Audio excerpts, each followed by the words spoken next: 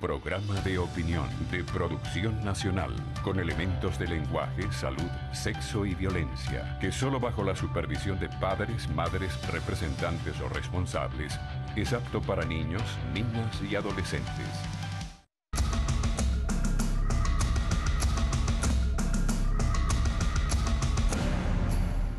Buenos días, voy a conversar con el profesor Luis Butó, ese apellido franco-alemán, según me estaba diciendo, ¿no? Él es profesor de la Universidad Simón Bolívar, secretario de la Asociación de Profesores de la Simón Bolívar también. ¿Tienen nuevo rector académico ustedes? ¿Vicerrector? Un nuevo vicerrector académico. ¿Que lo escogieron ustedes en votación directa y secreta? No, el que tenemos, que acaba de tomar posesión del cargo la semana pasada, fue impuesto por el gobierno nacional.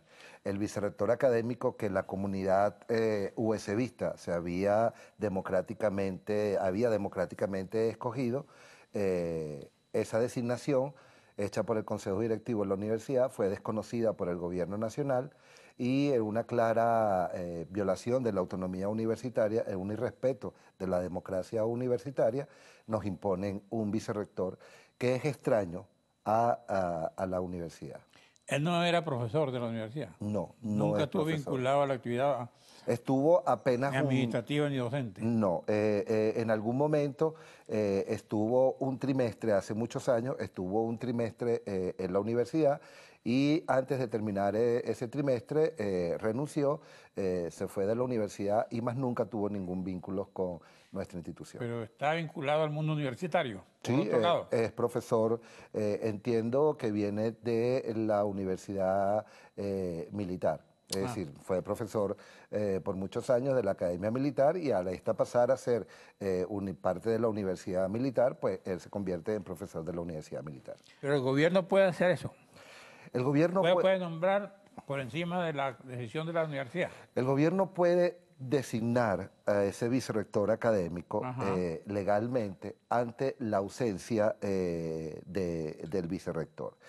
Lo que ocurre allí es que hay la posibilidad de que el consejo directivo de la universidad designe a quien puede suplir ese cargo de manera interina hasta que se produzcan nuevas elecciones y que ese nombramiento hecho por el consejo directivo sea ratificado por el ministerio.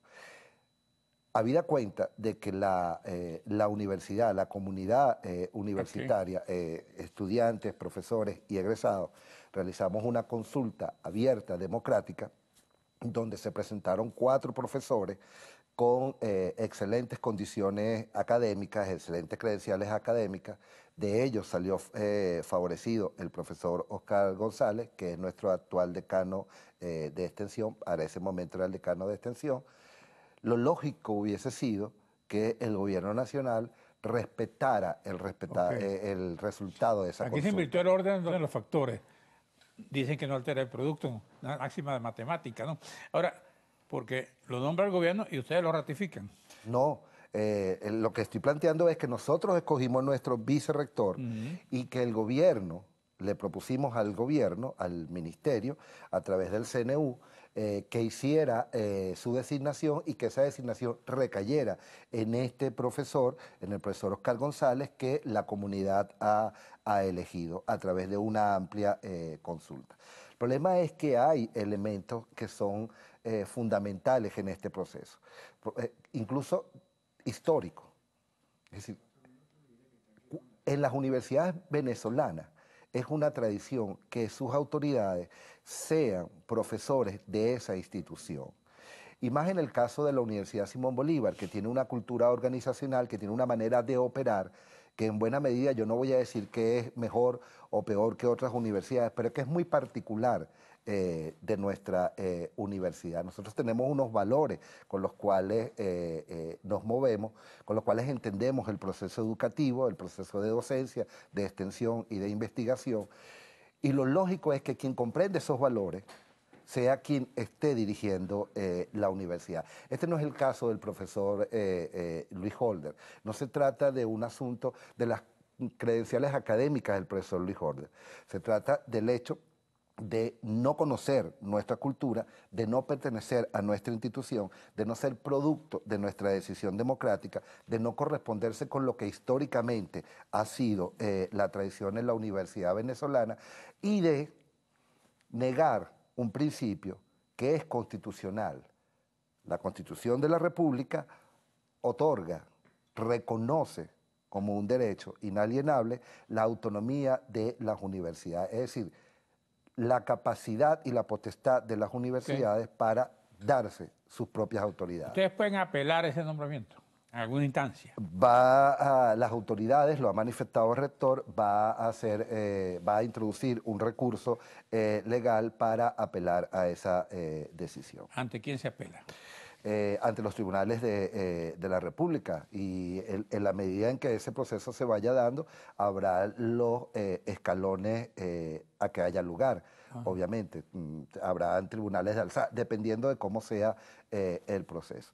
Ahora, nosotros esperamos, tenemos fe en que prive el buen juicio, prive la razón y ese nombramiento se revierta. ¿Tú crees que eso? Dame un receso, dejo la pregunta. Lo espero.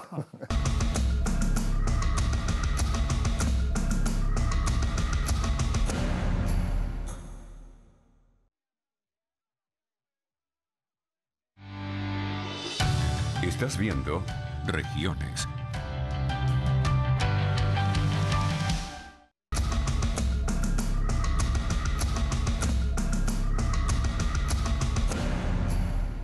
Bueno, doctor Luis Butó, le dejé la pregunta. ¿Usted cree que eso se va a producir, esa reversión?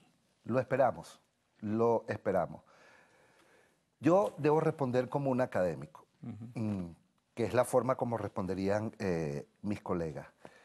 La academia cree en la razón, esa es la única arma que manejamos, y en esa dirección nos vamos a mantener. Vamos a demostrar, exponer nuestros argumentos donde haya necesidad de hacerlo, y esperamos que esos argumentos sean lo suficientemente convincentes para eliminar esta anómala e incómoda situación que está viviendo la universidad. Esa decisión del gobierno es aplicable a un rector. Vamos a suponer, renuncia al rector ahorita. ¿Quién lo nombra?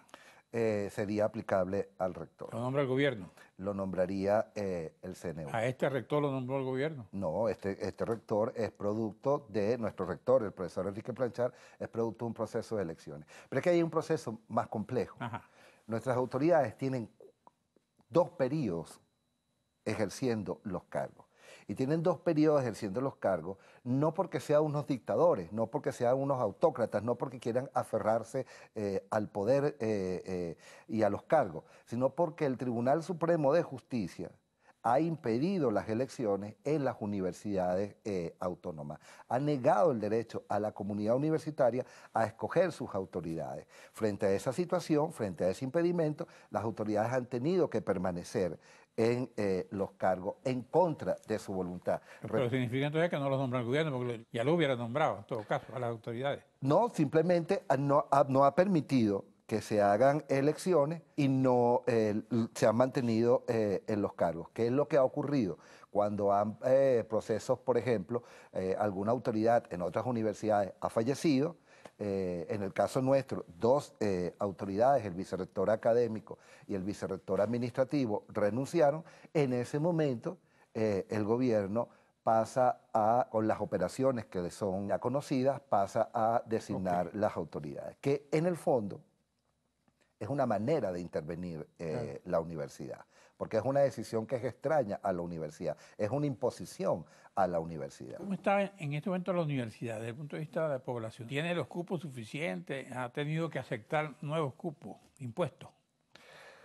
A ver, en el caso de la Universidad Simón Bolívar, como de otras universidades, nosotros teníamos un proceso de selección a través de exámenes internos que permitían, por decirlo de alguna manera, que nosotros seleccionáramos el estudiantado que reunía las mejores actitudes para desarrollar sus estudios. En un primer momento, el gobierno nacional estableció que una cuota debía ser impuesta por el gobierno y una parte por el examen de admisión. Por lo último, el gobierno nacional decidió eliminar los exámenes de admisión y ha seleccionado a todos los estudiantes que ingresan como nuevas cohortes a las universidades.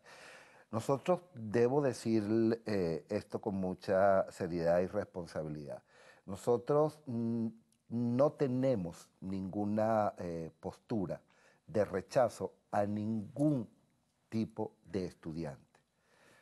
Nosotros lo único que buscamos es la excelencia.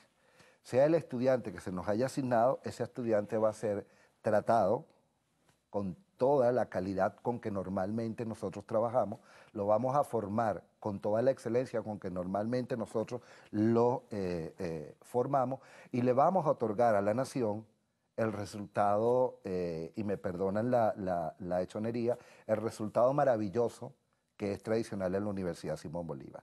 ¿Qué es lo que nosotros reclamamos? Lo que nosotros reclamamos es que el manejo presupuestario del gobierno con respecto a la universidad no permite que nosotros podamos desarrollar nuestras actividades de docencia, investigación y extensión en condiciones óptimas.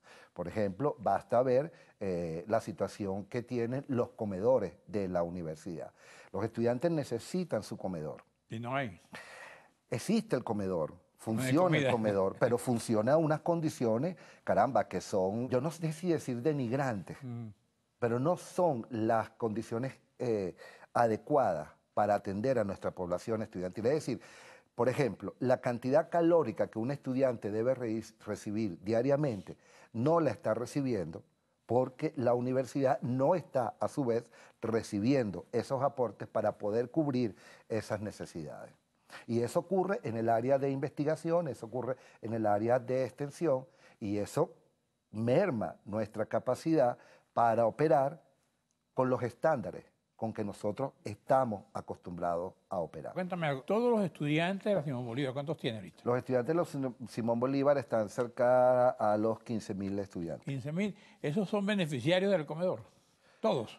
Bueno, no todos, en ninguna universidad todos los estudiantes son beneficiarios del comedor, pero una enorme cantidad que pasa de la mitad de esos estudiantes es beneficiario del comedor.